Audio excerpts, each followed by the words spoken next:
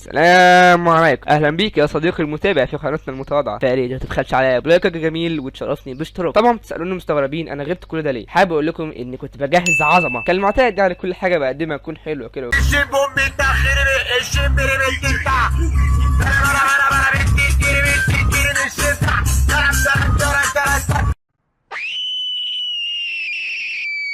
حرفيا مش كنت بجهز قوي، يعني هي كانت تجهز عليا على قفايا. بس ده مش موضوعنا دلوقتي ان في منافسه بيني وبين الاي اي اللي مكتسح الترند اليومين دول ومحدش عارف يوقفه. هتلاقيها من شات جي بي تي ولا ميد جورني ولا غيره من المواقع والبرامج اللي بقت محترفه انها تبوظ شغل ناس كتير بسبب انها تقعد الناس في البيت، لكن على مين؟ مش عليا طبعا. فانا النهارده عملت صوره من الصفر للاخر بالفوتوشوب، وعملت صوره بالاي اي، ودلوقتي هناخد رايكم في كلتا الصورتين. فما تنسوش تقولوا في التعليقات تحت انهي صورة احسن، ولو عندكم اي اقتراحات ممكن تكتبوها في التعليقات. وعشان ما اطولش عليكم يلا بينا على الفيديو.